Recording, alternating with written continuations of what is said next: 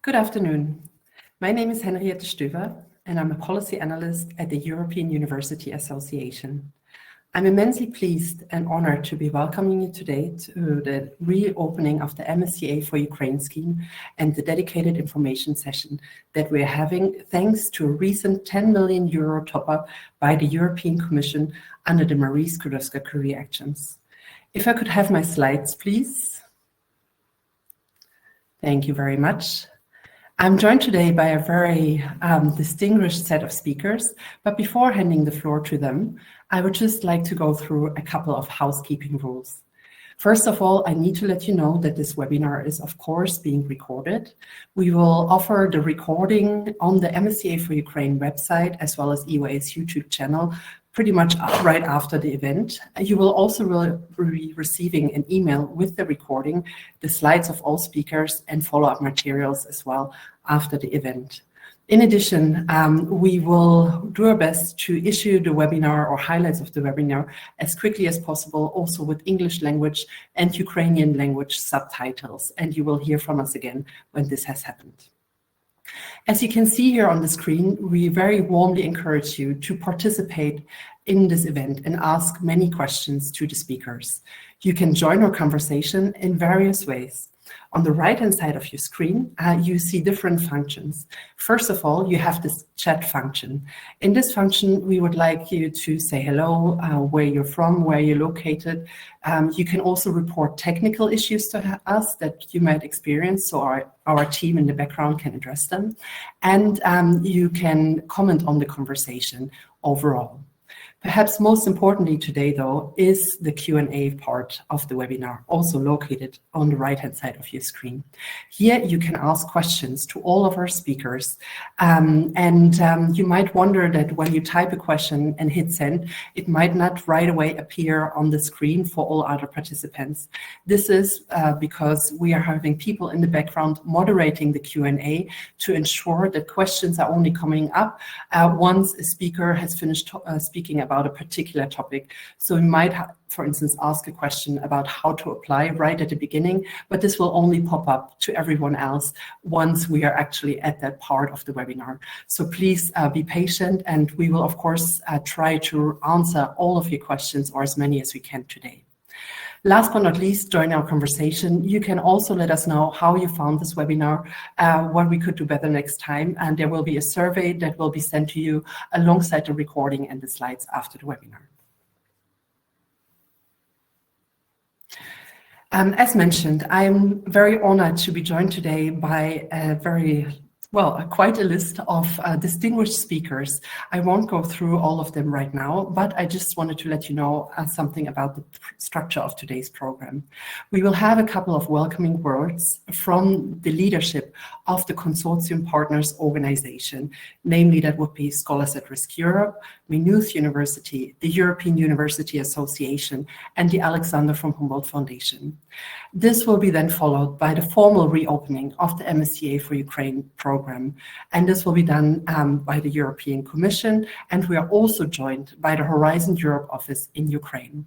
And last but not least, and pretty much the largest part of today's webinar, will be dedicated to the info session part, MSCA4Ukraine in practice. Here I will be joined by speakers from the Commission, the executive agencies, and by colleagues from our consortium partners to explain you all the details about how to apply to MSCA4Ukraine, what it is about, and so on. As you would have seen on the program, we have also allocated a very large amount of time for questions and answers that might come in. So we are looking forward to receiving your questions, particularly for the last part, but do feel free to address questions to all of our speakers, and I will try to pick them up in between each of these webinar sections. Without further ado then, I would like to open the webinar and start with the welcoming round. And I will be joined now by Frank Geary, the Director of Scholars at Risk Europe, located in Ireland, actually at Maynooth University. And therefore, I'm also joined by Gemma Irvine, the Vice President for Equality and Diversity of Maynooth University. I'm also joined by Amanda Crawford, Secretary General of the European University Association, and by Thomas Hesse, Secretary General ad interim of the Alexander von Humboldt Foundation. I would like to first give the floor to Frank for some brief welcome words from Scholars at Risk Europe. Frank, the floor is yours.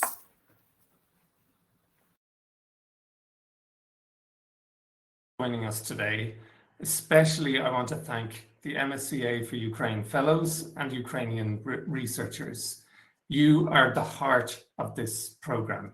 We know that you are working hard to continue your careers and to continue to contribute to your home academic institutions, even while facing uncertainty. So you are the reason that we are here today, and you are the reason that this program has been created. Scholars at Risk Europe is the European office of the Global Scholars at Risk Network, and we're hosted by Maynooth University in Ireland. We focus on protecting scholars and promoting academic freedom. Our main activities are coordination of actors in Europe working with researchers at risk through the Inspire Europe Plus project and the Scholars at Risk Network in Europe. Policy work and advocacy for academic freedom, and support for scholars at risk through programs such as MSCA for Ukraine. And later this month, Scholars at Risk will present the 2024 Courage to Think Award collectively to the scholars of Ukraine, recognizing their courage, resilience, and unwavering commitment to research and education. MSCA for Ukraine is currently providing fellowships of up to 2 years for over 125 researchers from Ukraine in 21 host countries, with an original budget of €25 million, thanks to the vision of the European Commission. MSCA for Ukraine strongly encourages continued connection for fellows with institutions in Ukraine. And together with our partners from the Alexander von Humboldt Foundation and the European Universities Association, we provide networking and training opportunities. And we complement efforts across Europe to support higher education and research in Ukraine. So thank you all for being here today, and thank you all for being part of the MSCA for Ukraine initiative. Thank you. Thanks so much for setting the scene, Frank. I would like to hand over right to Gemma from Maynooth University. Hello, everybody, and thank you. My name is Gemma Irvine. My pronouns are she and her, and I'm the Vice President for Equality and Diversity in Maynooth University in Ireland. We have a strong focus on social justice and human rights, and we're a designated University of Sanctuary with scholarships for students who are asylum seekers and refugees, and a Scholars at Risk Fellowship program for staff who have had to flee their home countries. And this forms the Excellence in Exile pillar of our work. We're very proud to host the European Office for the Global Scholars at Risk Network, and we support the SAR Europe Office in all of their excellent work. And the MSCA for Ukraine program is a fantastic example of this. I'd like to take this opportunity to acknowledge the European Commission's vision in establishing the MSCA for Ukraine actions, and for recognizing the need to support Ukrainian researchers who are displaced and supporting Ukrainian higher education and research.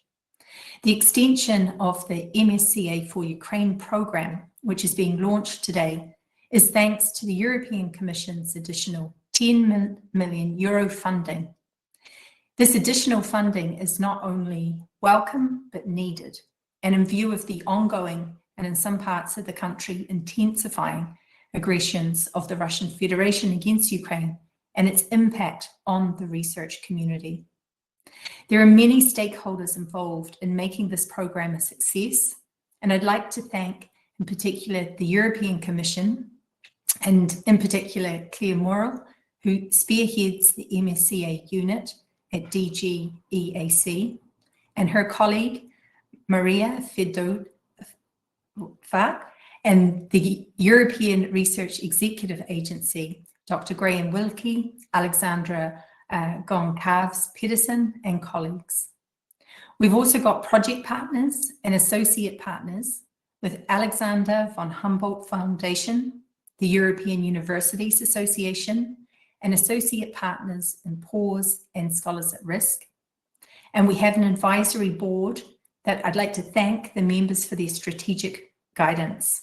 Professor Olga Garashuk, Dr. Olga Polinska, Professor Luke Jury, Professor Yuri Kleber, Professor Jerry Danskansky, and Dr. Svetlana Shokova, Professor Juliana Gabria, and Amanda Crowfoot, who is the Secretary General of our partner, European Universities Association.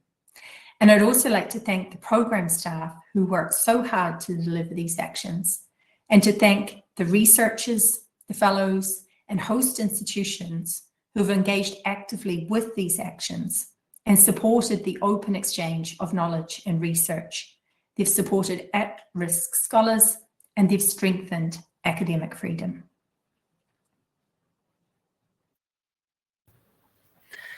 Thank you so much, Gemma, also for underlining the hard work that has been going into this program from many people, and we're glad that so far it has been a success. I would like to now hand over to our very own Amanda. Thank you very much indeed. It's a great pleasure to be here today to say a few words of welcome on behalf of the European University Association. For those who may not know us, EUA is the largest European university association. We represent approximately 900 members across all countries of the European higher education area. And we're really pleased that amongst our membership, we have 45 Ukrainian universities and also the National Rectors Conference, the National University Association of Ukraine. We are extremely proud and pleased to be part of this partnership and this really important scheme for Ukrainian researchers. And I'd just like to highlight that the higher education sector across Europe really remains committed to solidarity with and support for Ukrainian colleagues. And I'd just like to give you a few examples of what that means in practice. So at EUA, we recently conducted a survey as part of our Trends 2024 report, where we had responses from almost 500 European higher education institutions in 47 different countries. And those responses showed that 80% of the institutions have solidarity measures in place for supporting Ukrainian students or staff or institutions, which I think is a really positive, number. We found that 2/3 of the respondents actually host Ukrainian students, and in approximately half of those cases, they have special conditions such as reduced fees or support grants of some sort. And over 40% of the institutions host academic staff from Ukraine. We also found that 1/3 of institutions have enhanced their existing partnerships with Ukrainian institutions, and another 1/3 have established new partnerships and relationships. And this, I think, is an extremely encouraging development. EUA produced some recommendations last year on how the European higher education sector can support Ukraine. And one thing we identified was the importance of interinstitutional collaboration as a key success factor for supporting Ukrainian higher education. So related to that, we're extremely glad that the MSC4Ukraine programme offers these much needed fellowships to researchers, but also that it aims to foster links with Ukrainian home institutions, for example, through enabling secondments. So our goal at EUA, just to finish, is to ensure that despite the current situation, the Ukrainian higher education sector can continue to develop, it can continue to participate actively in international higher education and research, and that it can be a key partner in European policy processes. This is why EUA and its members engages both through the MSC4Ukraine programme and also other activities to support Ukraine. So thank you for joining us today. I hope you find the webinar very useful. Thank you. Thank you so much, Amanda, also for highlighting the continued support of the European higher education sector and enhanced collaboration with colleagues in Ukraine. Last but not least, in this round, I would now like to hand over to Thomas Hesse. Thank you so much.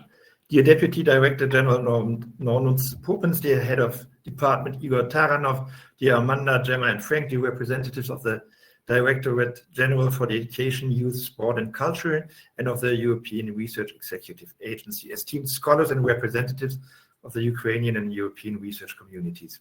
It's a pleasure for me to welcome you to this launch of the second MSCA4Ukraine call on behalf of the Alexander von Humboldt Foundation. Let me begin by paying my respect to the Ukrainian people who have bravely resisted the full-scale aggression of the Russian Federation for almost 2.5 years by now, and particularly to those who have suffered injuries or even lost their lives in Ukraine's fight for its existence. I join our consortium partners in expressing our admiration for the Ukrainian researchers, both in exile as well as in the Ukraine, who continued their pursuit of knowledge against all odds and will play an important role in ensuring Ukraine's future. The mandate of the Humboldt Foundation is to support excellent academics and their international collaborations independent of the fields of research or nationality. Over the past about 70 years, we have supported more than 200 top-level scholars from the Ukraine through fellowships and research awards, and the network of these Ukrainian alumni is particularly active to this day. As early as 2017, we also started supporting the first Ukrainian scholars through our Scholars Protection Program, the Philip Schwarz Initiative.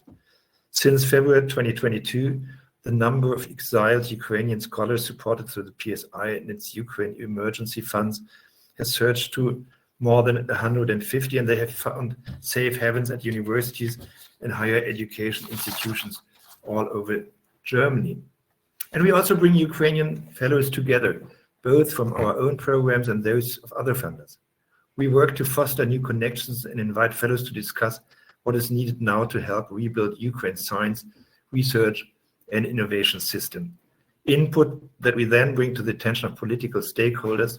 Just as an example, this week, the president of the Alexander von Humboldt Foundation, Professor Robert Schlögl, highlighted the importance of science and international academic collaboration at the Ukraine Recovery Conference in Berlin. And thus, it is this launch of the second call of the MSC for Ukraine. My hopefulness originates from the fact that we will be able to support another 50 excellent researchers through MSCA4Ukraine.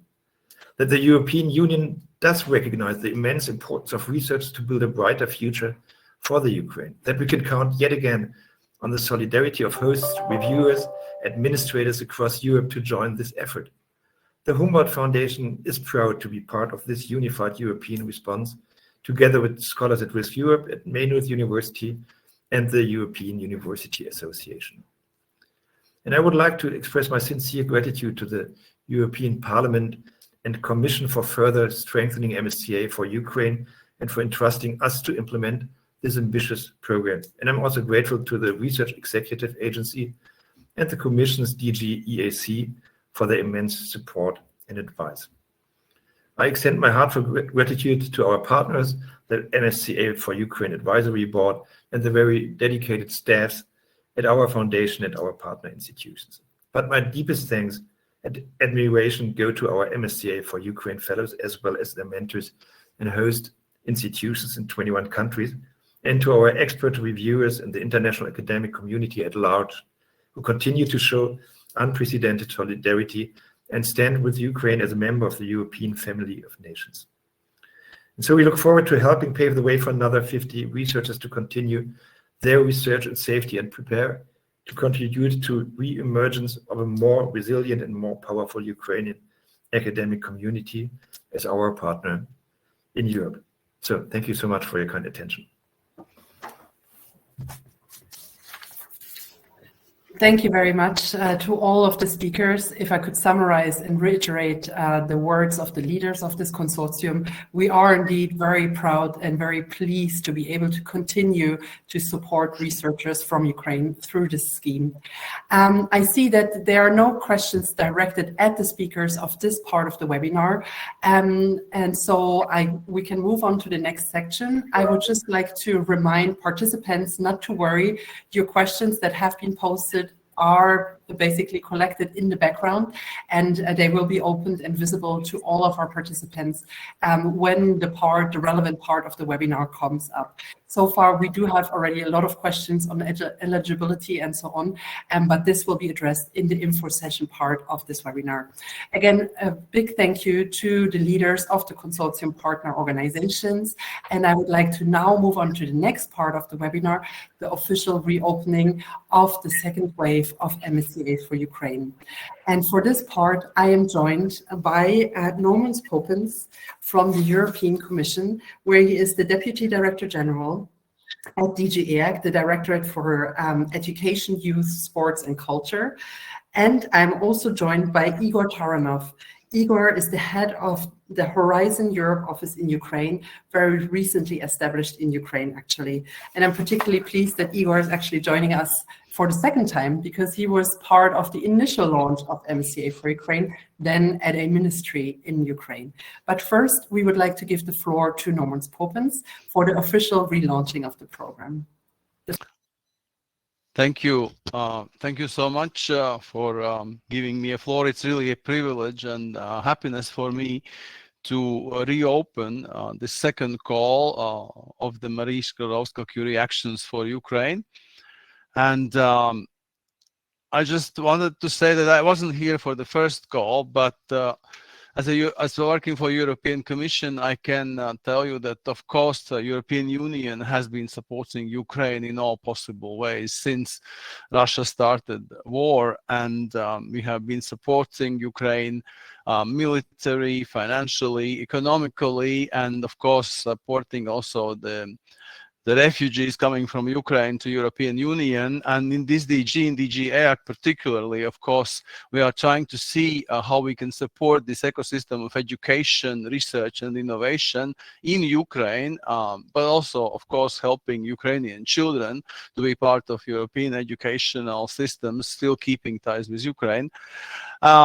And of course, there's no doubt that progressively we are opening and we are providing all our programs also to our Ukrainian friends and partners to make sure that you can participate. In this context, this second call under Marie Skłodowska-Curie Actions will allow us, as somebody said already, to train to allow additional 50 Ukrainian researchers who are doing doctoral and postdoctoral research, again, to continue their work, to do it in the European Union while still keeping ties with Ukraine, on top of 125 researchers which we have already supported. And I think we have to remember that even in times of war, we have to think about future. We have to think about our economies, societies, about challenges that are ahead of us. And research and innovation provides solutions and answers, forward-looking solutions and answers to our problems. And as such, we do believe, and everybody, I think, has read also the latest Letta report, which actually suggests that education and research should become the fifth freedom in the European Union, recognizing the role that education and research and innovation plays in all possible fields to respond to our societal, economical, and also military challenges.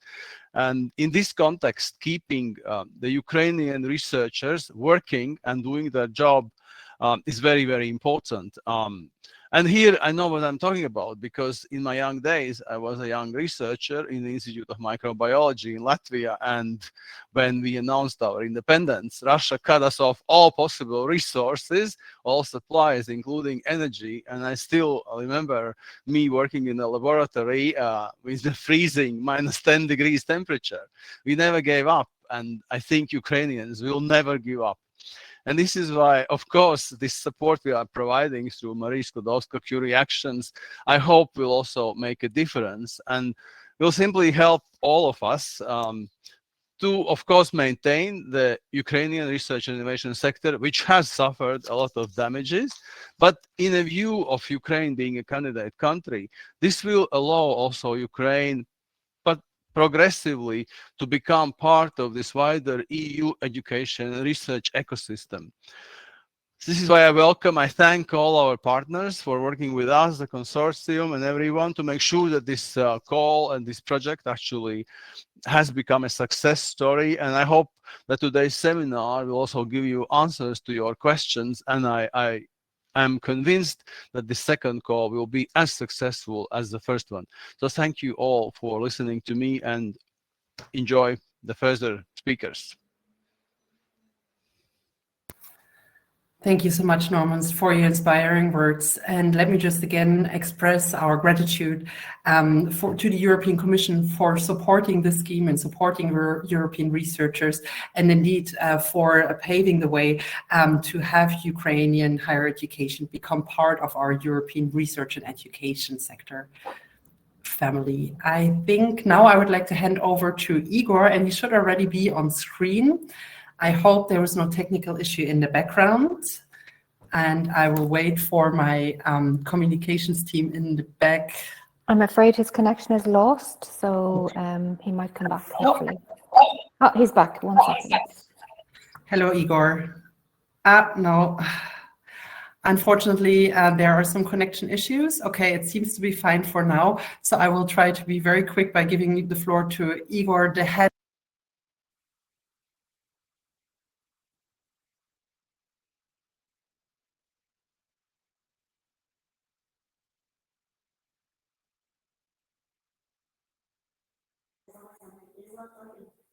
Igor, you can speak. You're live.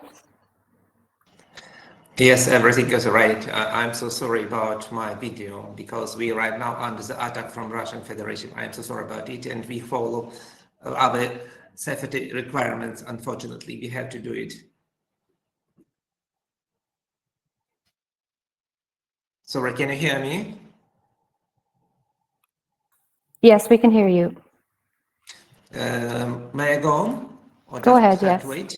Please go. Thank you very much. Thank you very much. It is with profound honor that I address today you from Kyiv, marking the revival of the unique MSCA4Ukraine initiative. This project is vital for Ukrainian researchers, offering crucial support at a time when their safety and lives are increasingly in risk. And in the face of mounting challenges, MSCA4Ukraine emerges as a guiding light, providing a sanctuary for those dedicated and advancing knowledge and driving innovation, even during times of hardship. As the custodians of scientific progress, we are duty-bound to extend our solidarity and support to those on the front lines of discovery. Their efforts are vital not only for the particular national scientific infrastructure progress, but also for the collective enrichment of European society. MSCA4Ukraine exemplifies our shared values of academic freedom and human dignity, acting as a stronghold against the forces of oppression. Confronted with challenges, it is crucial that we remain united, drawing strength from our shared determination to uphold the principle of knowledge sharing and academic research. The National Research Foundation of Ukraine, along with the structural unit as Horizon Europe office in Ukraine, established through a grant from the European Commission, recognizes the profound importance of the MSCA4Ukraine, relaunching it seeks to create a secure environment for Ukrainian researchers, ensuring they can maintain continuity with their academic institutions. This is term that addresses one of the most pressing issues facing the scientific community in Ukraine due to the ongoing war, the challenge of brain drain, but providing a secure environment and opportunities for researchers to continue their work. Initiatives like MSCA4Ukraine aim to stem the flow of talent leaving the country. Retaining skilled scientists within Ukraine not only ensures the continuity of vital research projects, but also contributes to the nation's long-term scientific development and innovation. Moreover, reducing brain drain helps to safeguard Ukraine's intellectual capital and maintain its competitiveness in the global scientific arena. Ultimately, these efforts are essential for rebuilding and strengthening Ukraine's scientific infrastructure in the aftermath of war. Apart from that, The uniqueness of the MSCA for Ukraine lies not only in its mission, but also in the synergies present from the ideological design to the parties involved in its implementation. The collaborative efforts among the various stakeholders, including the European Commission, human rights organizations, research institutions, associations, and foundations embodies with the core values of unity and partnership inherent in the Horizon Europe Framework Program for Research and Innovation. Such collective engagement underscore European society's steadfast dedication to promoting democratic values and advancing scientific inquiry across borders. Well, ladies and gentlemen, in conclusion, I'd like to extend heartfelt gratitude representing both the entire office team and myself to all those who have contributed to the revitalization of MSCA for Ukraine. The office wholeheartedly reaffirms its support for the brave researchers who persevere in their quest for knowledge. Let us unite with determination and resilience, confident and that our combined effort will lead to a brighter and more enlightened future. Thank you so much, Igor, and thank you to both for your very important words, underlining both the need, but also especially the opportunities for further collaboration with the Ukrainian higher education sector, be it through MSCA for Ukraine or the other measures that Igor just mentioned and that his office newly established in Ukraine will support. There are no questions, as far as I can see at least, directed at you. We still have a lot of questions coming in on eligibility and details. So I think I would also now close this part of this webinar and go over to the details, nitty-gritty details of the info session. I think many people have been waiting for it. I would like to again thank very much all the speakers that have joined me thus far, and then give the floor to the next set of speakers. I will be joined by Maria Fedotovaje. I hope I said that correctly. She is from the Marie Skłodowska-Curie unit at DG EUA, Education, Culture, Youth and Sport of the European Commission. And I'm also joined by Alexandra Conclaves-Pedersen. She works for REA, this is the Research Executive Agency, which basically runs the programs linked to Horizon. And Alexandra is a research program manager at REA. Both Maria and Alexandra will give us a bit of information about the background of MSCA for Ukraine and how it fits into the overall European funding frameworks. And then I'm joined by colleagues from the consortium. First of all, we have Dominique Calvait, who is the program manager for MSCA for Ukraine at Scholars at Risk Europe in Maynooth. And we are also joined by Oksana Somenich, who is heading the work on MSCA for Ukraine at the Alexander from Humboldt Foundation. And I just would like to take a moment and give credit where credit is due to all of the colleagues that are joining me on this panel, but particularly to my colleagues Dominic and Oksana, who are really the driving force behind this program, behind planning it and implementing it. So a virtual round of applause, please, to my colleagues, before I then give the floor to the first speaker, Maria from DG EUA's Marie Skłodowska-Curie Actions Unit.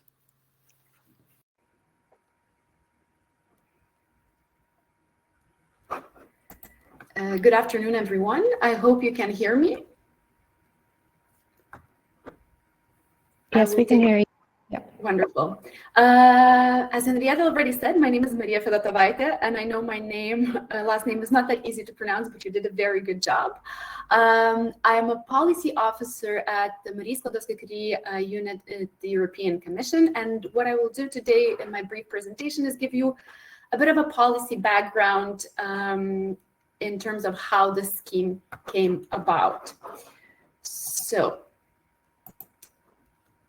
MSCA for Ukraine was designed as a response to the use to the Russia's war of aggression against Ukraine, to support Ukrainian researchers who were forced to flee their country. It was modeled on the main principles of Marie Skłodowska-Curie actions, including excellent training opportunities, generous conditions, inclusiveness, encompassing a family and special needs allowance, encouraging intersectoral and international collaboration via secondments and otherwise, and retaining the bottom-up nature of our main actions, namely that researchers can select any area of research to pursue their project in. Also, as has been mentioned by other speakers, a very integral part of MSCA4Ukraine is supporting researchers' reintegration back in Ukraine when the safe conditions allow, whether it's via online collaboration at the moment, unfortunately for some of them, or secondments when it's safe to return back to Ukraine. We also strongly encourage cooperation with their former host institutions, their colleagues who remained in the country, and as well as those who have left. So we really want to strengthen the network of MSCA4Ukraine fellows and as well their cooperation with their counterparts back at home. Additional 10 million will enable around 50 researchers to benefit from comparable conditions as their colleagues in the first call. So I would very strongly encourage you to apply and take full advantage of the opportunities offered by the scheme.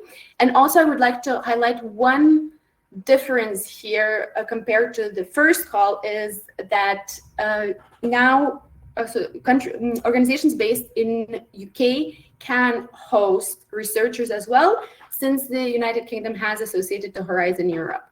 So I will not take up more of your time because I know that everyone is very eager to find out more about nitty-gritty details of the scheme, eligibility, and what you need to do in order to apply.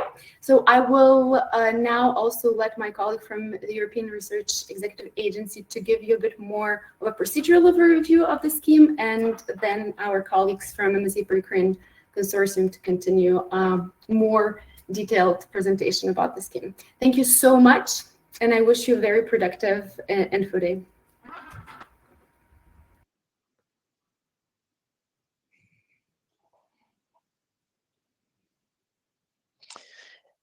Hello, can you hear? Yes, we can hear you. Great. So good afternoon, everyone, and thank you very much, Maria, for this introduction. From my side, I will be presenting in the operational aspects of the grant. Okay, so as Maria said, this is Alexandra Pedersen. I work for the European Research Executive Agency of the European Commission. And I will start by presenting some facts about this grant, the MSCA Ukraine Fellowship. So, as has been said, the aim of the grant is to support displaced researchers from Ukraine through dedicated fellowships. So, through individual fellowships, doctoral or postdoctoral. We have signed the grant agreement. The grant agreement on the 1st of July 2022 with a budget of 25 million, and the project had the initial duration of 48 months. So far, 125 fellowships have been awarded, and now there has been a top-up of 10 million that you see there. So we has agreed a top-up of 10 million and an extension of 18 months, which will enable 50 additional researchers to get the fellowship. That was the second call that Maria was talking about. With this top-up, the total grant is now 35 million, and the duration of the program itself has a total of 66 months. The way it works is the European Commission provides funding to the MSCA Ukraine Consortium, and the consortium funds institutions which are then hosting the doctoral and postdoctoral researchers. So basically on the operational side, that's basically it. I hope you could have a good idea of how it works, even though it doesn't directly affect you as an individual fellow, but just for you to understand how it works in the background. I take this opportunity as well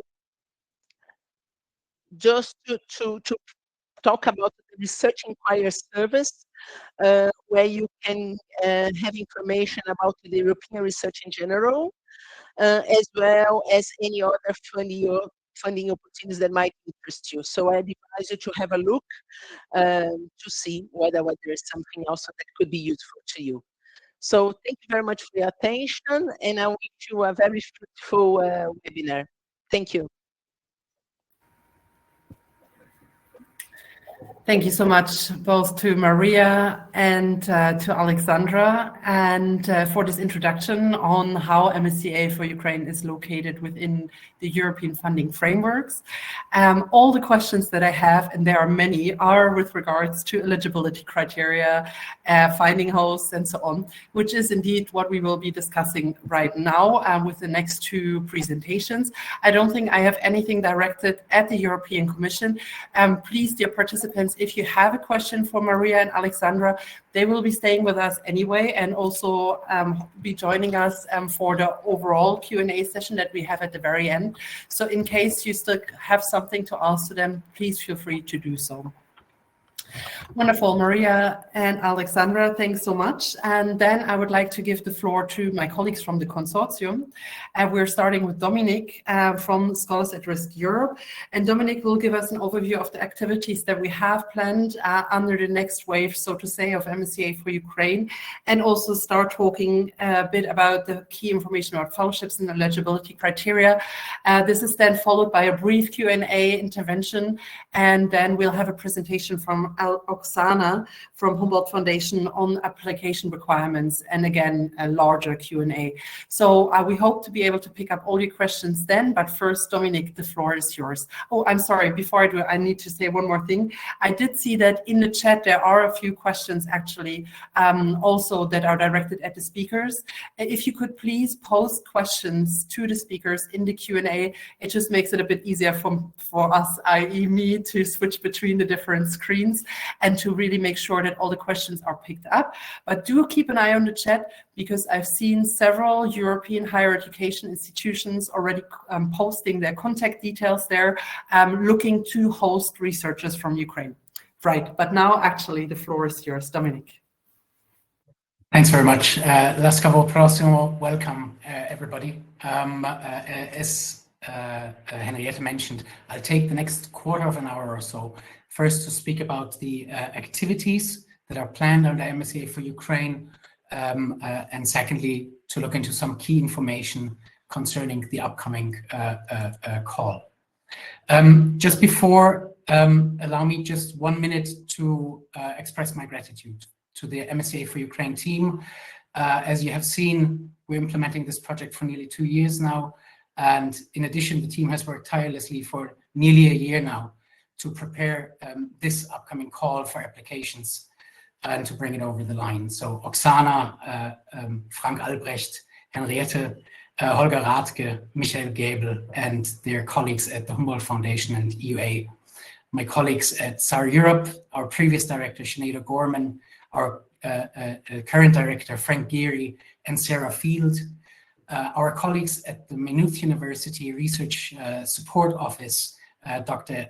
Edward Holden and Dr. Kim Riley, and the advisory board members, the ethics advisors, and last but definitely not least, our colleagues from the European Commission, Maria Fedotovaite and Alexandra Pettersen, who just spoken before me, but of course, Claire Morel, Andrea Hutterer, Dr. Graham Wilkie, David Weisel, and Gerard Bros-Perez and their colleagues. Thank you very much for your excellent collaboration. Now, let me go into the activities that are planned under MSCA4Ukraine, in addition to the fellowships that are being provided. First, there's a strong drive to support career development in terms of training, in terms of networking activities, and other professional development initiatives the host institutions are encouraged to provide comprehensive programs of that sort for the researchers. And in addition, the consortium partners are also providing such initiatives for fellows. And wherever we can, we try to extend those opportunities, particularly training opportunities online, to researchers from Ukraine who are not benefiting from a fellowship, but who may be interested in the topics that are research related that we're providing training on. Then it's secondments. Those are optional, but again, strongly encouraged. We're encouraging host institutions and fellows to consider taking up of a third of their fellowship time for secondments in another EU member state, so not in the member state in which they're hosted, in an EU Horizon Europe associated country, including within Ukraine if safety conditions permit that, or in other third countries.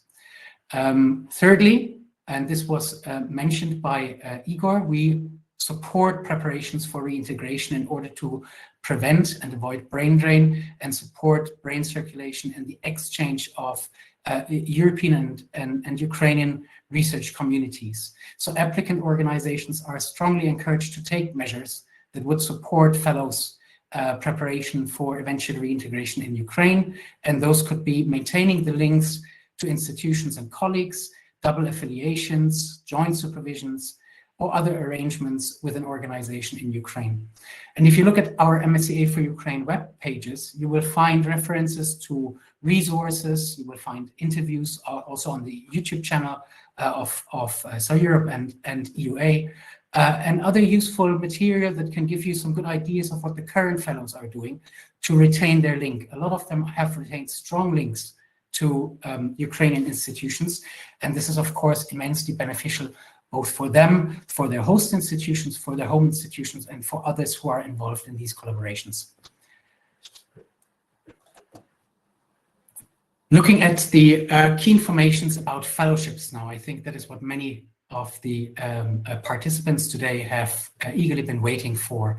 As was mentioned before, we're expecting to be able to fund around 50 fellowships in addition to the 125 that have been funded under the first call of MSCA that was launched in 2022.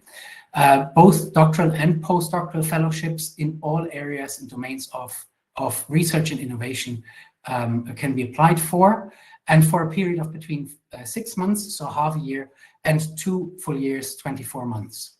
It is important to note that fellowships are non-renewable and they cannot be extended.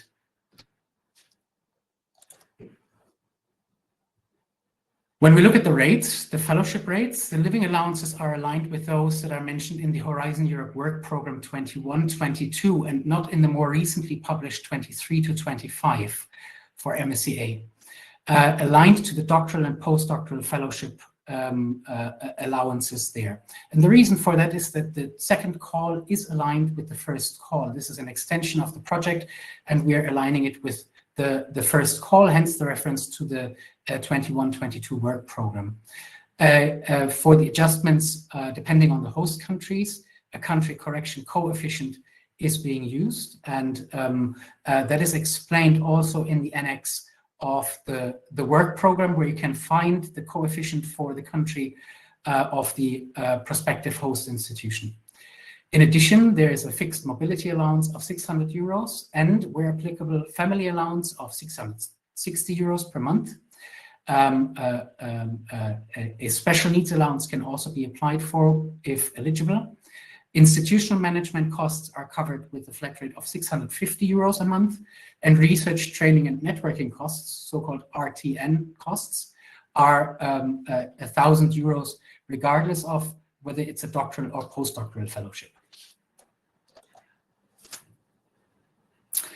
Looking at the general eligibility criteria, please note that only one proposal per individual researcher can be submitted, and in case of several proposals received, only the last submitted proposal will be considered eligible. Any individual academic mentor can only support one application, but we need to clarify here that also those academic mentors who are mentors of current fellows or of fellows who have already concluded their fellowships can be a mentor of a new applicant. And if proposals with the same research objectives and work plan are submitted on behalf of different candidates, then all of these proposals will be considered ineligible. So this is very important to note.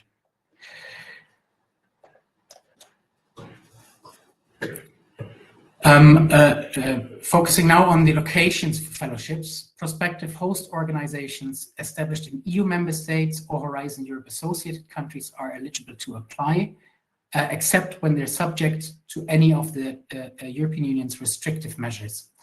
And to view all these this information in detail, please have a look at our website. The webpage Information for Applicants provides the link to all the relevant documents of this call, and specifically have a look at the terms of reference for applicants, where you find all the detailed information and references in the document that you need to look for. You will also find information in the frequently asked questions sections, FAQ webpage on the MSCA4Ukraine website. I will continue here with the most pertinent information. The standard MSCA mobility rules do not apply for the MSCA4Ukraine scheme, but the principle of mobility applies, and this means that primary host institutions must be outside of Ukraine. But as I mentioned earlier, institutions in Ukraine could act as secondment institutions for fellowships, up to 1/3 of the overall fellowship period, contributing to maintaining a strong link between the fellows, the host institutions, and the secondment institution in Ukraine. And we strongly encourage this. When it comes to the eligibility criteria for host institutions, both academic and non-academic organizations are eligible, and the definitions of academic and non-academic institutions, again, is found in the terms of references for applicants on our webpage. It is a mono-beneficiary action. That means that applications must be submitted by a single independent legal entity established in an EU member state or Horizon Europe associated country, meaning those that are eligible, those countries that are eligible to apply. And as Maria mentioned in her presentation, this includes organizations based in the UK. Please note that there is a limit of 2 million euros to be awarded to any one organization, and that comprises both eventual funding that was already awarded under the first call and funding that they would apply for and eventually be awarded under the second call. The total needs to be not exceeding 2 million euros. And this is my last slide, focusing on eligibility criteria for researchers. And those researchers are eligible who had their primary residence in Ukraine on the first day of the full-scale invasion of the Russian Federation in Ukraine, which was 24th February 22. And they need to be either Ukrainian nationals, stateless persons, or nationals from third countries other than Ukraine. So this is not a fellowship scheme for Ukrainian researchers, but for researchers from Ukraine whose primary residence was in Ukraine on 24th February 22. Researchers are eligible who have been displaced from Ukraine on or after the 24th February of 2022. Our current and former MSCA4Ukraine fellows, please note that you are not eligible to be nominated for under the second call. Candidates must be either postdoctoral researchers on the date of the call deadline, which will be 5th September 2024. More specifically, the portal will close at the last minute of that day at 23 hours and 59 minutes, or researchers who on or after 24th February 22 were enrolled as doctoral candidates at a higher educational institution in Ukraine. The host institutions are responsible to ensure that candidates possess the language skills that are needed to successfully conduct their research activities at the organization in the host country. Thank you, Henrietta, and I think we can now move to the first Q&A. Indeed. Thank you so much, Dominic. A lot of the questions that have been posted now in the Q&A were already collected in the background. And indeed, you addressed most of them already in your presentation. But maybe just to reiterate on some of them, we could still go through some of them before moving on to Oksana's presentation, which will be more on the application side. And then we will come back and try to, answer all of them, even if they came up in the presentation, just to reiterate. Participants, you may have noticed, I see that some of you already did so, you can upvote questions. So by putting like, it will, go higher in the list. This helps us picking questions that are relevant for you. And the first two questions that I have here that are upvoted by participants are indeed on the eligibility of Ukrainians currently residing in Ukraine or currently displaced within Ukraine. Dominic, I know you just said it, but would you perhaps again reiterate on the regulation with regards to this aspect of eligibility? Sure. So the call focuses on supporting researchers that have been displaced on or after the first day of the full-scale invasion, meaning 24th February 22. Yeah, yes, thanks, Dominic. So apologies to colleagues that indeed we can only support researchers that have already left Ukraine on or after this particular date. This would be the first set of questions. I think then I had quite a set of questions with regards to the eligibility of particular countries. UK was mentioned several times. This is especially because in the last round, we were not able to fund applications for researchers to be hosted in the UK. Indeed, this is now possible. I'd like to underline this again. But there were also other countries mentioned in the list of questions here. Just to pick a couple of particular ones that popped up, Israel, Canada, are those countries eligible, Dominic? Need to check the list of Horizon Europe associated countries, but that is referenced in the terms of reference for applicants. Okay. So all the details there are what matters. Whichever country is not in Horizon Europe associated country for MSCA is not eligible to apply for this call. Okay. Very good. It was also mentioned briefly by you, but just to underline, I had some questions from different participants with regards to already being funded, either being already funded by MSCA4Ukraine currently, or being funded by other fellowships specifically for Ukrainian researchers or other national fellowship schemes in Europe. Are those researchers eligible to apply, Dominic? So what matters for MSCA4Ukraine is you are not eligible to apply under this call if you are or have been already benefiting from a fellow MSCA4Ukraine fellowship. So our fellows that have been awarded as a result of the first call that was launched in 2022 cannot apply for another fellowship. Okay, very good. However, for those that are under other fellowship programs, as long as they fit all the other eligibility criteria, yes, of course, they are eligible. Very good. Okay, let me see. I'm trying to group those questions currently supported by Philip Schwarz Initiative, for instance, from AVH. If they fulfill all other criteria, they would be eligible to apply. There are several people asking about limitations around the number of years after they have defended their PhD. Someone mentioned specifically it's been 20 years, for example. Can a scientist who defended his or her PhD 20 years ago apply to the program, given all other criteria would fit? Well, generally speaking, don't have restrictions of that sort in the call. I think so too. Very good. And last but not least, maybe that's an interesting one.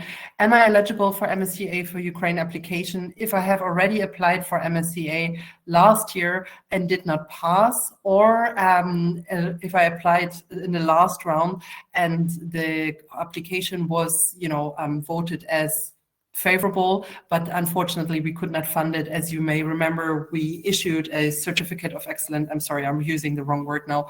Are those people able to apply again with the same or with a different application, Dominic? So two points here. The first one is you are not eligible if you were awarded a fellowship. Right. Other than that, if you had applied and it was declined, or it was successful, it could not be funded because of the financial limitations, then you can apply again. Those who scored particularly high in the last round of during call 1 and received the Accolade of Excellence certification can apply again under call 2. There is a specific reference in the frequently asked questions, question number 24, that refers to this, and I know this by heart because I have been asked via email by Accolade holders just recently. And again, reference is made to the terms of references for applicants found on the MSCA4Ukraine web pages, where everything is listed in detail. Remind me of the second part of the question. No, I think you addressed it, Dominic. Thank you so much. I'm also at the same time trying to go through the number of questions that are coming in. But anyway, we will open the floor again after Oksana's presentation. If I can just interrupt. Yes. The second part of the question was whether someone can apply again with the same proposal. With the same proposal, that was right, yes. And it is at the discretion of the host institution and collaborating candidate what they're applying with. So if it's the same proposal, then I would consider that it probably might require some updating, but it might be an entirely different proposal. But that is at the discretion of the applicant to decide on this. We are not giving any suggestions in this regard. What we can say is applications that have already been submitted under the first call, and including those that have scored high and were not awarded funding, can need to decide whether they want to go with the same proposal or submit an entirely new proposal, adjust the proposal that they had already submitted, updated. Whatever it is at the discretion of the applicant. Excellent. Thank you so much, Dominic, for summing this up. More questions are coming in, but I'd like to first give the floor now to our colleague Oksana, who will take you through some further details on how to apply to the scheme before we open the floor to all speakers of this part of the webinar to address further questions that are coming in. And thanks to the participants for your active participation so far. Oksana, the floor is yours. Thank you.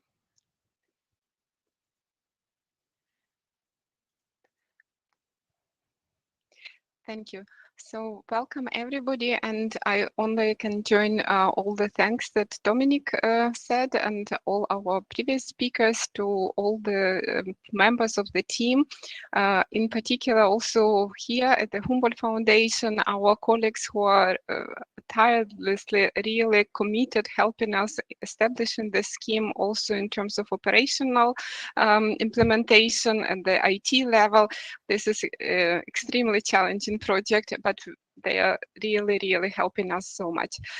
So now I'll be just going through the details related to the application process, and then hopefully I can reply to the questions. So as you know already from the also provisional information published at the end of May, the portal for applications will open on the 5th of August. So basically you have all information relevant to the call already now published.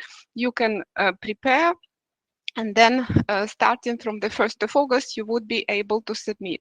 We will publish the link to the portal on our webpage, which would be also directly given at the SAR Europe webpage. So basically information for applicants. Immediately there would be a link where you can go register in the portal and apply. And I'll provide further details how exactly this process works. And the portal will be opened until 5th of September, until the midnight. And please note that if you require in last minute technical support, anything, of course, staff would not be available there. So we strongly encourage everybody to prepare everything ahead of the time and submit it in sort of working hours in case something doesn't work and you want to ask a question.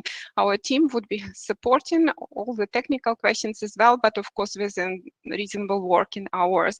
And from the experience of different application schemes, it's basically an exponential rise in the application. So like 3 days before the deadline, there is like maybe 10%, and then everything comes in the last minute. I really strongly encourage you not to wait till the last minute. There is sufficient time, in my view, to upload things beforehand, save them in the system, and make sure that everything is prepared beforehand, because system could be updating or whatever, and you don't want to be disappointed, put all the hard work into preparing the application and then not being able to submit. So the application itself must be submitted by the prospective host institution. So the applicant for us and later the grantee is the host organization. And this application is submitted on behalf of the eligible researcher, who we call the candidate. So it's not the researcher themselves who submit the application, but the host organization. So the applicant organization has to appoint a contact point, project management, who would be serving as a first contact point for us at the stage of the application. So this is very important that this person is employed by the host organization. So a contact person from the host organization is the one who is submitting the application. So there are a number of mandatory documents and some optional. So the mandatory is, of course, the online application form, and a sample of it is published. Because we are still refining some technical processes, there might be some minor changes, but the basic structure and information provided there would be remaining like we already published. So one has to fill in this application form. There are different steps where the additional information is required from other people. So please go through it and make sure that you're aware, because it takes time for different steps. You have to have a copy of the doctoral certificate for the candidates who already have a doctoral certificate. So the line of funding for postdoctoral fellows, so people with a PhD. And please, specifically for Ukrainian researchers, we are talking about Kandidat Nauk, PhD, and not the Doctor of Science. If you have a degree of Doctor of Science, it's good, but this is not what is relevant here. So the first academic degree, which is equivalent to PhD, this is what is required. Or for candidates, so doctoral candidates, it's an enrollment certificate confirming the PhD status. And then a copy of document proving the identity of the candidate. For candidates who were residing in Ukraine who are not Ukrainian nationals, so for Ukrainian nationals, it could be just a copy of the passport. But for non-Ukrainian nationals, they have to provide additionally confirmation that they were residing in Ukraine at the date indicated, and this all has to be uploaded as one single PDF document. And then there are a number of templates which are published on our webpage. One is eligibility self-disclosure statement, and I'll go through these documents one by one. So then the application itself, which consists of 2 parts, and they have to be uploaded independently and filled in independently. There are 2 statements from the host organization, which has to be uploaded by the contact person into the system. And this is a statement from academic mentor. So when you are filling the form, once you included the details of the academic mentor, the mentor will get the message to upload the statement and confirm also the data protection statement. And this is important because it's confidential. And of course, you need to ensure that the person is there, not on holidays, and basically there is sufficient time. And there is an ethics self-assessment form. Even if your application has, in your view, no ethical issues, you have to fill this form and upload it. So these are mandatory documents that have to be uploaded or prepared and submitted, based also on the templates that we provide with all the specific requirements indicated in the templates. And if you would not follow the indicated requirements, we reserve the right to refuse the application on the formal grounds. So if it says a certain number of pages, it should not be more. If it says a certain font, it should be adhered to. So you have to basically adhere to the rules, so it's a fair competition for everybody. There are also optional documents, for example, full list of publications of the candidate. It's optional because in the application form, in the templates, we also request for information on achievements of the candidate. And for very junior candidates, they might only have one paper. So basically, you don't need to provide this in a separate format. But of course, for senior researchers, there would be insufficient space to include all what they believe is relevant. So then they can fill this full list of publications. This is only relevant at a later stage of evaluation. I'll go to that point later. And in case in the ethics self-assessment form, you indicate any information relevant from the ethical point of view, there are specific requirements what further information you have to provide. And you don't need to provide it in the application, but anything related to ethics you should provide in a separate document, and there is a possibility for you to upload this additional ethics related information document. And it's not limited in space. You can include like consent forms or licenses for animal research or any other relevant information. So this we have to collect at the application stage. You don't need to have already all the licenses in the application stage, but basically the information which is indicated in the ethics self-assessment form should be provided in this additional ethics-related information. So I will not stop in more detail on the ethics, but in the future webinars, in case this is of particular relevance, we could also address. So this stage, this is the overview, and now I'll just go a little bit in more detail for specific documents. So the application form itself, it's a formal document which is very relevant for us and to enable us to process the data and have all the relevant data in our system.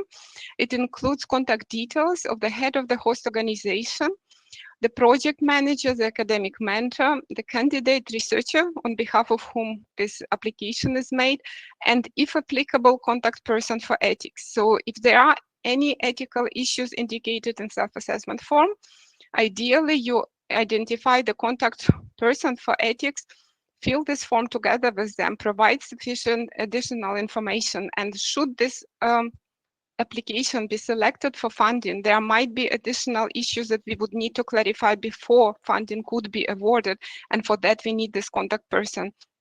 So this is important that you already at this stage could indicate, so it would speed up things later on. But this is only relevant, of course, for a certain number of applicants. In our first call, this was around half of them. Additionally, in the application form, you would indicate relevant information on what duration, on tentative starting date, what disciplinary area and pre-selection review panel. I'll stop on that a little bit later. Title and brief outline of the research project, up to 5 keywords, and summary of this ethics self-assessment. So we already in the form can see very quickly for whom it's relevant, and agreement to terms and conditions. So this is very important. So without agreeing to terms of and conditions, the application could not be submitted.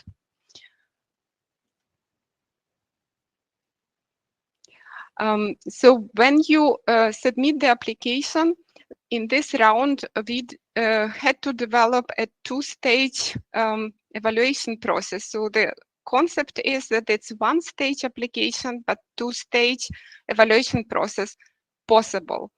We have uncertainty what number of applications we will receive based on the many different factors and also knowledge of many schemes that basically now are finishing, and Ukrainian researchers are not supported by the emergency funds.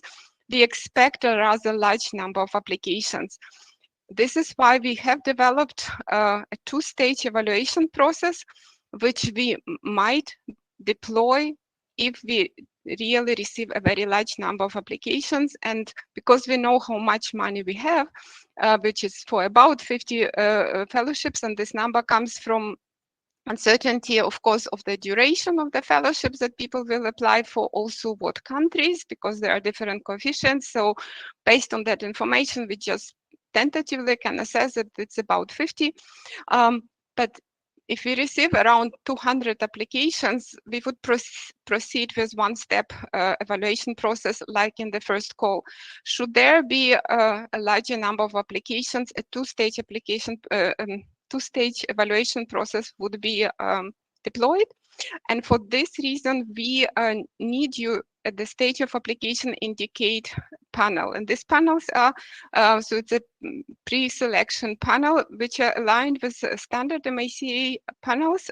This is slightly extended, which we just checked the number of applications we had, and we knew that, for example, in humanities or in life sciences, there is a really large number of applications, so we split them.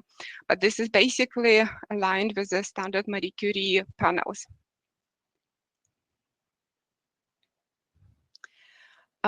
So as one of the documents you need to fill, and this is a mandatory document, it's this eligibility self-disclosure statement. So for us to have all information necessary to quickly assess the eligibility, there are sometimes a need for additional information. So you would, as a Ukrainian national, it's of course not automatic that you were living in Ukraine, so you have to provide the confirmation that your primary residence on the date of the full-scale war was in Ukraine, indicate date of departure from Ukraine, and in case this was just before the war, for reasons which were maybe a one-week holiday or conference or some very short-term collaborative reasons, you may be considered eligible. We would consider it at a case-by-case basis, but you have to provide sufficient information so we can see that your primary residence, which is eligibility requirement, was in Ukraine, and the fact that on the date you were not in Ukraine is basically due to justifiable reason.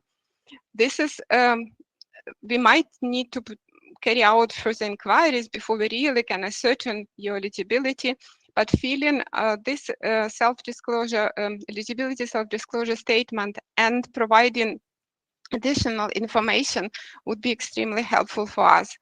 For PhD candidates, we require you to explain your situation because our eligibility criteria refers to PhD students who were enrolled in Ukraine. So we can imagine that somebody was enrolled just before the war and then basically left Ukraine, had to was displaced, and that enrollment is not current anymore, but they were enrolled at the time. Then they are eligible, but somebody might have started their PhD already after the war, but then had to break it or something. So we need to know better, and only you can explain your situation. And in this document, you can attach the relevant documents, what you feel is relevant, and this should be submitted as one single PDF. So not individual documents, there is no possibility to do like each individual document, but as a package. So when we have it, we can very efficiently judge and if necessary, contact you for further clarifications. The application process in terms of the proposal itself. There is an application outline, which is a part 1 application, which is basically relevant for this pre-selection stage. And then there is a full application proposal, which is relevant for the full evaluation stage. I'll start with the full application proposal simply because this is how I would advise you to start. It has the same chapters as the outline, but you basically have here more space and fewer limitations. And this part, this is where you write your proposal for experts in your field, people who really working close to the field where you carry out your research. So the text, that the language you should be using, the arguments you should be bringing is addressed at researchers in your field. So you have a part which relates to the research proposal itself, and it's maximum 5 pages. There are limitations on font and frames, and it provides information in the template what exactly we expect you, because for reviewers it is really helpful when it's structured in a similar way, so they can compare different applications and they get all information that is relevant for them. There is a part related to your curriculum vitae and track record, which is in this case is maximum 4 pages, where you indicate your education and your qualifications, and then you indicate research achievements and peer recognition, and then additional relevant information. And it specifies in the template what we mean by research achievements and peer recognition, and we strongly encourage you also to provide additional information explaining why you believe this is an achievement and what was your role. So if it's a Nature paper where you are a co-author, you have to provide some detail what contribution you made to that particular research. And then there is up to 2 pages a motivation statement, which should explain what is expected impact of this fellowship for you, for your professional development. It should also provide information explaining your specific situation, because it provides the context relevant for reviewers. So if somebody was displaced already from Donbass in 2014 and for a few years could not publish, and only later established career somewhere in other part of Ukraine, started to publish and now was displaced again, of course the publication record would be different from those who maybe were not affected in that way. Without this additional information, a reviewer could not see it. So this is the space where you provide that context, which is relevant for the reviewers to judge if your achievement is adequate for your career stage, and it's really an excellent career of a researcher in that particular research field. And there is also a brief description of your plans to reintegrate with Ukraine, support interaction or links with Ukrainian organizations, because this is a very important part of our fellowship. So basically in this part, which you write as keeping in mind reviewers in your field, you provide sufficient details. And then when I go back to the application outline, this part is basically a shorter version of that. So as you see, the proposal should be maximum 2 pages, the track record and curriculum vitae maximum 2 pages, and statement maximum 1 page. And this would be read by evaluators within the panels, and they are of course very broad. So for this part, you should then basically use your full proposal, but make it simplified in terms of being understandable by researchers in a broader research area. So it would not be that a historian would read a mathematics proposal, but it's basically any mathematicians should understand why your research is excellent and why your career and your track record is adequate. So that is just, I'll talk in a minute about evaluation criteria, and this is a strong advice for you. They are published, that you keep them in front of you when you're preparing your application, because you need to see how they would be evaluated. So let me move further. Then we expect 2 statements from host institution. Very important that this is provided on the organization's letterhead and signed by the legally authorized person who authorizes this nomination. And in the template that we provided, it explains basically what we want to be addressed in this statement. And I'm not going in all the detail here, unless later we have some questions. And it's very important that it confirms that you would be employed with all social benefits, and for the full duration of the fellowship, also for any time that might be spent on any secondment and any other organization. So this is a very important legally, because the organization that applies is it's an organization commitment. And then there is a statement from the mentor. Again, the same, it's up to 2 pages. This is much more where the mentor assesses your potential, but also explains how scientific match, or maybe you're bringing complementary skills to the lab, and also what support they will provide to you as a researcher, but also in terms of complementary skills. So again, in the template published on our webpage, we provide very specific questions that should be addressed in these statements. Now I'll move to evaluation and selection process. So the timeline is published on our webpage.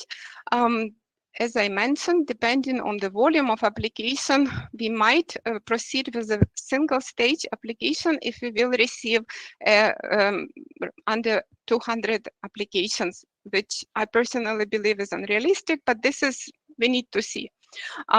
And in case it's a larger number, we will then take a decision to proceed a 2-stage evaluation. So in August, your application will start to arrive. Until 5th of September, we'll be starting with eligibility checks. You might be already then getting some inquiries in case we have questions. And then starting from October to December, we plan this stage 1 evaluation, which would be conducted by external experts within 10 of those broad research area pre-selection review panels. And their objective is to identify the most promising applications from the pool within that panel, which should be put forward for the full evaluation within the 2nd stage. Within this 1st stage, they would be reviewed by at least 2 panel members of each panel. They might be also discussed when the panel would be deciding on the final ranking.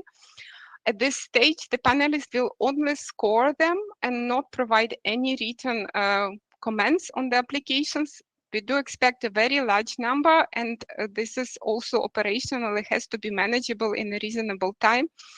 In case it's a cross-disciplinary application, you have a chance to indicate another panel, and we may seek advice or evaluation from a member of another panel. So if this is strongly interdisciplinary research, the opinion of a member of a different panel would be sought.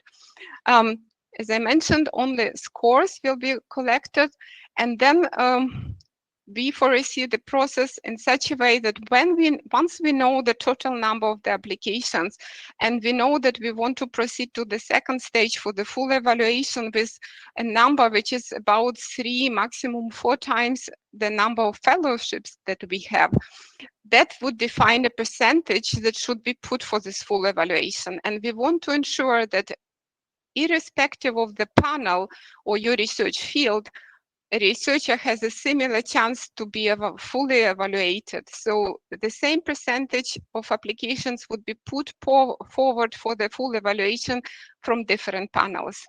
So this is the role of the 1st stage. And then basically in December, if we have to deploy the 2-stage evaluation process, we should then be able to inform everybody if they were successful to proceed to the 2nd stage or unfortunately not. And then we will be able to proceed to the full evaluation, which is very similar to what we did in the 1st round, which is also very similar to the standard Marie Curie Skłodowska-Curie application process, where we would be seeking expert evaluations from specific fields relevant for your research, and from 3 external experts, where both scores and written reports will be collected. This will take time, as we know, and we expect, this is a tentative schedule, we would do our best to do it as quick as possible, but based on our experience, we expect that in March we could finalize the selection. The applications then, so the awards would be then made. The selection is done by selection committee based on the evaluation and ranking provided by the external experts. And then we expect that the first fellows can start in April, and the window for starting the fellowship we foresee between April and June. So please keep this in mind. There could be some exceptions in some very exceptional cases, but this is the standard. And given that the project itself has a limited duration, we have to adhere to that. So if there is some funding you have and it's much, much longer, and you can potentially only start a year later, we would not be able to wait. Applicants from the reserve list will be offered funding should any awarded fellowships offers be declined. So based on our experience, I mean, very good candidates usually, of course, also are successful with other funding, and by the time the funding decision is taken, some people have other offers. So we had a certain number of applications that we could award from the reserve list, and this is open end until we basically disbursed all our funding. Now I'll briefly explain the evaluation criteria and scores, and then we can have some questions and answers. So for the stage 1, should we deploy it, we would only use 2 criteria, excellence and impact, and they are equally weighted. And please keep this in mind when you would be formulating the part 1, the application outline, because there you really have to show the excellence and the impact. For the stage 2, it's 3 criteria, like we had in the first round, excellence and impact weight at the same weight of 35% and implementation at 30%. The scores ranging between 0 and 5. And for those who would be fully evaluated, in order to be considered for funding, they need to score more than 10.5 points, which is basically 70%. But importantly, also for each individual criteria, they should score more than 3.5 points. So this is very important. It's not just a total number, but it's also for each individual criteria, it should be above this number. So technically, everybody who scores more than 70% and has the highest score for each criteria higher than 3.5 is fundable. And then it's just a question when the money finishes, who is higher on the ranking. But those who are below this, they are technically not fundable. And now I'll just quickly go through the criteria. They are published in the terms of reference. Please keep them in front of you when you are preparing your application, because you should look at it from the point of view of the person who would be evaluating it. So the stage 1, the excellence part, there are 3 sub-criteria. One related to the research proposal itself, how excellent it is in terms of its ambition and feasibility of the approaches, and contribution to the research field. And for PhD candidates, if this is real evidence of the first significant contribution to the research. Then there is a sub-criteria on the candidate itself in terms of evidence that they really able to carry out outstanding research. And for PhD candidates and early career researchers, and we included the definition how we understand this, is there clear evidence of a starting upward trajectory or potential for future research accomplishment. So reviewers would have to judge what you provided as evidence, if this is relevant for your career stage. And also here, it's the match between you and or a researcher, the candidate, and the mental lab where they are going to carry out research, and the host organization providing support. So this is the part which basically shows, okay, it's a great project, it's a great researcher, but it's not really suitable environment. So this could be the case.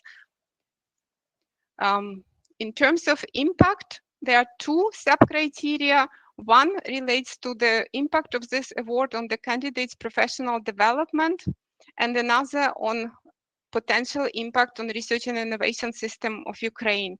So if you can show that there are measures through secondment or through other measures of developing collaboration, this is a very important part for the impact. For the second stage, for the full evaluation, the 3 criteria, as I already outlined. The first one, basically excellence focuses only on research proposal and the candidate track record. The impact criteria is the same, so it's basically candidates' professional development and the impact of this fellowship for research and innovation system of Ukraine. And then importantly, in the implementation part, it's the part about the match. So in the full application, this is what would be evaluated here, how good research environment is suitable for this research, how credible and feasible research itself is, and also deliberation on duration. So you should make a case, especially for PhD candidates, if they are maybe at the very end of their fellowship and only need a few months to finish it, it might be not very reasonable if they're applying for 2 years or other way around. So one has to explain basically the duration you apply for. So I'm finishing here. There are frequently asked questions on our webpage, and we will be updating them also after this event, so continuously. And we plan at the moment 2 more sessions before like big summer break, where we would be very much open to answer your very specific questions. And then in August, once portal is opened, we also would plan some events and we'll be publishing the links on our webpage for you. So also, we would be answering your inquiries, and hopefully through the sessions, we can answer your questions. So I'm finishing. Thank you. And I'm open for your questions. Very good. Thanks so much, Oksana. Hang on, I am here as well. Very good. Thank you, Oksana, for providing this overview of how to apply and how your application will be evaluated. And I think you mentioned this several times, but I like to reiterate that, of course, especially with regards to this eligibility criteria, the applications should be written with those in mind. We have had about 200 questions coming in, and I now have the difficult task to summarize them and try to address all of them or most of them. And I'm joined here by all colleagues on the panel. Colleagues, you know there's an internal chat, and I would like to ask you to look at it because I asked you some questions. But then I would just like to go over and have a look at the Q&A section of this event. Oksana mentioned that you can ask further questions into events and that there is a FAQ. We will actually use all the questions that came in today to review the FAQ. So please bear that in mind, but we will try and do our best now to address the questions that were asked here. I'll start with questions that came in on links to Ukrainian home institutions. We had several related to this area. Oksana just mentioned in her presentation impact on Ukraine research is a part of the eligibility criteria. So we had several people actually asking about their previous links to home institutions. For instance, whether they need to be affiliated currently with the Ukraine institution or before the date that they have left Ukraine, whether they currently would have needed to be employed by a Ukraine institution, and also whether it has to be a higher education institution or whether this could have been also a Ukrainian institute, such as the National Science Foundation. Let's start with this one. It's all around a connection to Ukraine in terms of eligibility. Oksana, would you like to start? Yeah, so any research in Ukraine, so this could be Academy of Sciences, specific institutions, research institutions which are relevant to particular ministries, and also higher education institutions. This also could be non-academic organizations. So European funding is generally very open for innovative research. There are also think tanks where political research provides some input for policymakers. So there is no requirement for you formally being either have been employed by a research organization, academic research organization in Ukraine before or now at the time when you apply.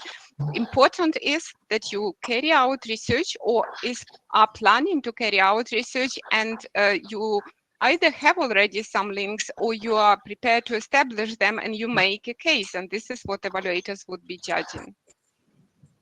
Okay, very good. Thank you so much for addressing this question. Would someone else like to comment on this? No, very good. Then I'll move on to the next set of questions. We had quite a number of questions around mobility requirements. People are generally aware that MSCA, Marie Skłodowska reactions, have a mobility requirement, but as we already hinted at, this is in a way waived, and there were several questions related to this in the Q&A and also in the chat. For instance, can researchers that are currently already located and perhaps even working in a European or Horizon associated countries apply for this call? What if they're already working at a European higher education institution? Can they apply to continue their work there, or do they have to move to a different country? Dominic or Oksana? To start with the last one, they can continue, they can apply with that institution. As I said in my presentation, the principle of mobility, of the mobility rule, does not apply, other than applicant researchers can no longer be in Ukraine, as the call focuses on displaced researchers. Exactly, and I think it's also very much understandable once people were forcefully displaced, there is no requirement that they now have to uproot, take their children from German school and move to Ireland and start doing all over again. So in this particular case, the classic requirement of Marie Curie scheme, where you're not allowed up to more than 1 year to be in the host organization, completely does not apply. This is an emergency scheme for displaced researchers from Ukraine, and this is to support them. Okay, wonderful. Following on this then, and just to really underline this point, what if someone is, for instance, we had 2 people that said they're currently doing a PhD at a university. Can they then apply for a postdoc with the same university? They have currently an ongoing project funded by the university or another research program. Can they also apply? This is completely irrelevant. As long as they are basically comply with our eligibility criteria, which are very clearly stipulated, they're eligible. Very good. That is good to know. Let me see. I tried to group the questions as best as I could. So sorry for the participants that I'm not actually reading out your questions. We had also quite a number of questions with regards to finding higher education institutions. Now, I would like to remind our participants that in the chat, actually, there were several colleagues of European universities that said, please contact me here if you're interested to do a research project on XYZ topic I am willing to host. So please do have a look at the chat if you're a researcher and potentially there is already a match. Dominic, Oksana, how can researchers find the host institutions? Do we have a list? So perhaps I can start on this. During the first call, we had provided matchmaking services with an understanding that researchers from Ukraine might not necessarily have connections to research institutions in eligible European countries or Horizon Europe associated countries that they could benefit from to develop a joint proposal. However, there was ultimately a limited uptake only on in the sense that a lot of expressions of interest were registered, particularly from host institutions, but there was a very small uptake when we looked at the actual proposals submitted to the scheme. So considering that we're 2 years in the full-scale war now, practically, well, exceeding actually more than 2 years, it is assumed that a number of researchers who have been displaced have already forged connections, relationships with institutions that they might jointly apply with. Hence the reasoning for us not to provide matchmaking services at this stage. One suggestion could be to directly approach the institution that potential candidates, researchers from Ukraine would want to submit a proposal jointly with, and then pursue it from there. I can just quickly add, European Union created this Era for Ukraine platform where many national initiatives and also, for example, ERC for Ukraine initiative where ERC grantees are very happy to host fellows within their funding and of course also with additional funding. So this is where you can start looking. This is excellent research. And of course, there is Science for Ukraine grassroots initiative that also was at some point collecting offers from international researchers who were very interested to support in all possible ways. So until now, there are very divergent level of schemes also nationally. So, and of course, each situation is very different. There are different factors affecting location and the research field, but that's basically for researchers to explore the resources available. This is incomparable to what was 2 years ago, but by now we believe that there is really sufficient information provided. And just perhaps to add to what Oksana just said, if you go on the MSCA4Ukraine website on the web page called Resources, you will also find references to those that Oksana has just mentioned. Also, at our Humboldt Foundation webpage, we had some expressions of interest, and this was collected at some point. You just need to explore. Thanks so much, colleagues. I have a number of questions coming in with regards to very specific aspects of the eligibility criteria. So if you don't mind, we'll just go through the ones that I can identify and that might be relevant to others as well. We have several people asking about the required number of years of research experience, required number of publications and so on for the application. I know Oksana already shaking her head, but please could you reiterate that point? And if I tag onto this to group questions a little bit, I had one that just came in that asks, what is the expected impact of a fellowship for PhD students expected to finish PhD in the frame of the project? Can this be guaranteed, or what are the steps there? So if I may just there are no specific requirements, and this is I don't know, people always complain why there's only 5 years after PhD, but if there are no limit, then it's like also threatening. It's open, but it's for you to make the case that what you have achieved and what are your research achievements and how significant they are. And this is relevant to your career stage and for your research field. So in some research fields, maybe it's not necessarily a Nature paper, but maybe it's a policy recommendation that was implemented.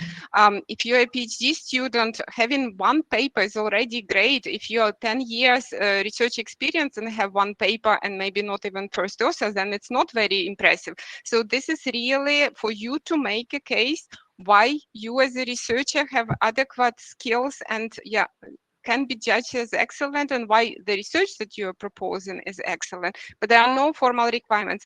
In the application form for part 1 for pre-selection, we do ask to provide information for junior researchers, so PhD students and early career researchers up to 5 achievements, and for senior researchers up to 10 achievements.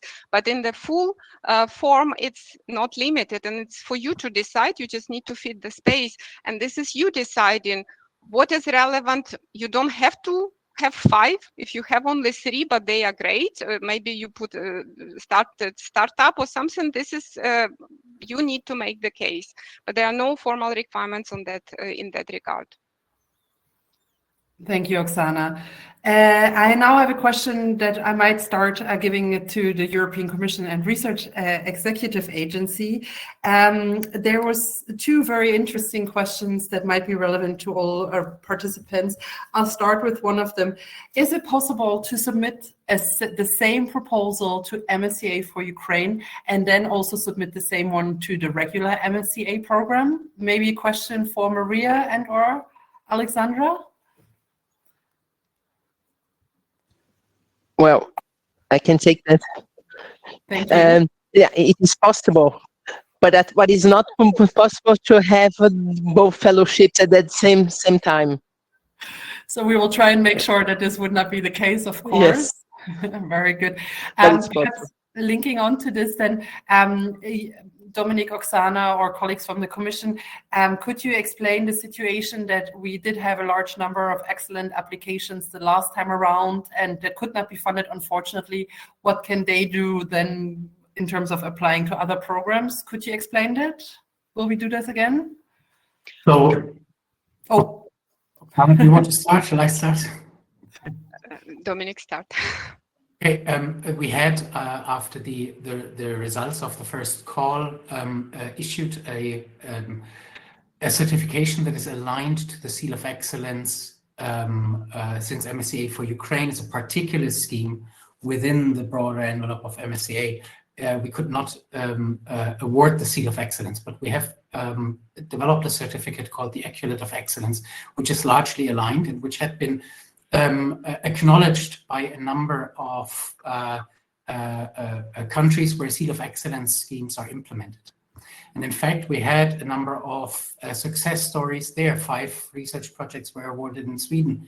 To mention perhaps the most successful, that had applied for MSCA4Ukraine, had received excellent results but could not be funded because of the limitations in terms of financing. So there are possibilities to apply elsewhere that researchers made use of through the Equivalent of Excellence.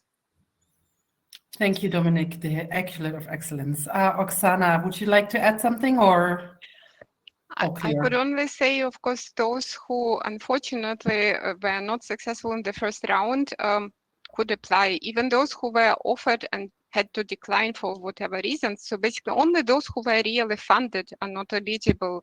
Everybody else is eligible to apply. And of course, as with research funding, one has to try. We expect a very high number of applications, so you need to judge the effort and the success rate and the time scale, but the scheme is open. Thanks so much, Oksana. Perhaps another question that I first would like to pose to the Commission and Rhea. It is eligibility related, but maybe we can also hear from the Commission how this looks from their perspective. We had 2 or 3 non-Ukrainians that before the start of the war were living in Ukraine, working in Ukraine. One of them particularly also mentioned married to a Ukraine national, non-European, so third country nationals. Would they be eligible for the scheme? Yes or no? I don't know if the Commission would like to come in. Otherwise, I would give this question also to my colleagues from ZAUR or Humboldt Foundation. I mean, I can add, and then if colleagues from the consortium would like to complement, feel free. I think this is clearly already stated in the, call description. So the conditions are that it's both nationals and long-term residents. So I hope that answers it. Just it's not only Ukrainian nationals; it's also yes. That's what long-term residents. That's what I meant. Yes. Right. So Ukrainian nationals, stateless persons, or persons of third countries whose primary residence was in Ukraine on the 24th of February 2022. Oksana, please. Maybe just a little comment, because we had inquiry from somebody who was a third national in Ukraine, a student, undergraduate student. These people, basically, they are eligible in terms of residency, but they're not eligible because they were not PhD student or are not postdoctoral. So basically, you have to fulfill all the eligibility criteria. So of course, is what is relevant. Excellent. Thanks so much for underlining this point again as well. Okay, there was also one question. It was just one, but I thought it was an interesting one in terms of eligibility, because I have not thought about it in this way yet in the consortium. Is it possible to submit as a higher education institution one single application for one research project involving 2 researchers from Ukraine, but only 1 mentor and 1 research project? Would that work? It was a question asked by University of Bremen, who seems to have something very concrete already in mind. So maybe I'll try to explain. there could be a research project on which it is planned that 2 researchers would be working and each of them would be doing their own research part. This should be self-standing projects. So in that case, one university can nominate 2 researchers with 2 research projects that if they are successful with both of them, they together would make something great. If these research projects are written in such a way that one can't exist without another, so one is providing technique and another is doing some calculations or whatever, this we could not assess because we are not assessing collaborations between potential applicants. They have to be standalone projects. So if this is how you could formulate them, that if only one succeeds, it can go ahead, or you would secure another funding, because evaluators could comment and say, okay, the project is great, but it's dependent on the other, and if another is not funded, it's a risk. And this could be then, implementation basically would not be assessed highly. This is one possibility. Another possibility that could be, maybe my understanding is wrong, that it's like exactly the same project, but we have 2 candidates and we're just betting which of them can get it. This is not allowed. So if there are 2 researchers submitting exactly the same proposal, then both of them would be considered ineligible, and this is in line with the standard MSCA rules. Perhaps to add to this, the one mentor could not be the mentor for 2 applicants, for 2 applicant candidates. It would have to be 2 mentors. Okay, thank you for clarifying this very important point. And Dominic, as we are on this, could you reiterate the number of researchers one university is allowed to support, as this also came up? The limitations that are in place are related to funding, up to 2 million euros per applicant organization. That includes funding that they may have received already, awarded under the first call off that was published in 22. So if they received the previous MSCA4Ukraine fellowship project or more than one, they would need to take this into account to consider the 2 million ceiling per organization. Excellent. And in practice, Dominic, what would that normally mean? Different things. Depends on the length of the... It depends on the country where the host institution is located. It depends on whether the candidate, the researcher, would be receiving family allowance, a special needs allowance. So there are some variables that would not allow me to give you a specific answer. It is it is the onus of the host institution to the applicant host institution to make sure that they would not exceed this. Thanks so much for this clarification, Dominic. It's very important points. We are running out of time, even though there's still some questions left. I think I want to pick up one more before I close the webinar today. And this would be with regards to male researchers who are based in Ukraine. Now, we already reiterated several times that people who apply to the scheme must have been displaced. But what if they return to Ukraine afterwards and they are male? Are they eligible to apply? And if so, is it possible to negotiate border crossing? So I can only comment that if the formal requirements in terms of being resident in Ukraine, having the required status as a postdoctoral researcher or PhD student, and the person was displaced on or after the war, and there is no requirement where then they resided all that time, technically they could be eligible. The regulation, the national regulations of the country, we have to respect, and if there are restrictions on movement, and unfortunately we have to say that although the previous eligibility requirements were different and a few fellows have managed then also to pick up and carry the project, some people had to decline. In current situation, one has to assess, we can't do anything which is against the national regulations and national law. And we know that it's a martial law, and basically even if person is technically eligible, applies with an excellent project and it is funded, and this person can't take it, unfortunately we would need to then offer it to another candidate. Yep. Thank you, Oksana, and everyone to answering this and all the other questions. Gemma, if I could have my slides, please, again. I would like to now close this webinar, and just to give you a little wrap up, I'm sorry, I'll have a final slide here, and just to tell you again, oh, there seems to be some issue with the slides, sorry.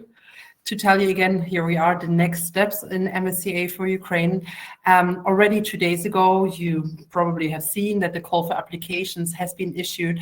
All the call documents, including terms of reference and forms, are available on our website. And you see the link here. I would like to reiterate that we will share those slides and the recording with you very soon, within the next 24 hours for sure. Your questions are arriving here, and we will actually use them to update the FAQ should these questions not already be addressed in the FAQ of the MSCA for Ukraine website. But you can also ask us further questions. On 20th of June and 24th of June, we have another round of really practical Q&A webinars. For those, it's not necessary to register in advance. You can just have a look at the MSCA for Ukraine website and then click the link at the time that is indicated here, and then also on the website, to join us and ask us questions directly that you may have after having read all the documents on the website. The portal will open for submissions on 5th of August. Now, I've seen several people commenting about vacation times in European higher education. We are, of course, very much aware of those, but this date was just chosen in order to also enable to process applications and enable fellowships to start as soon as we can. And therefore, we hope that you will still find a way to submit your application through a host institution. Last but not least, if you have not yet done so, and I suspect most of you will already be subscribed, we have an MSCA for Ukraine mailing list. There is a web link here, join our mailing list. You can click on it and put in your email and receive all our updates for the MSCA for Ukraine program. And so this is my final words. I would like to very much thank you for your participation, for your very active participation in today's webinar. It has been an absolute pleasure. We are looking forward to reading your applications, and we are wishing you all the best possible in those difficult times. Thank you so much. Goodbye.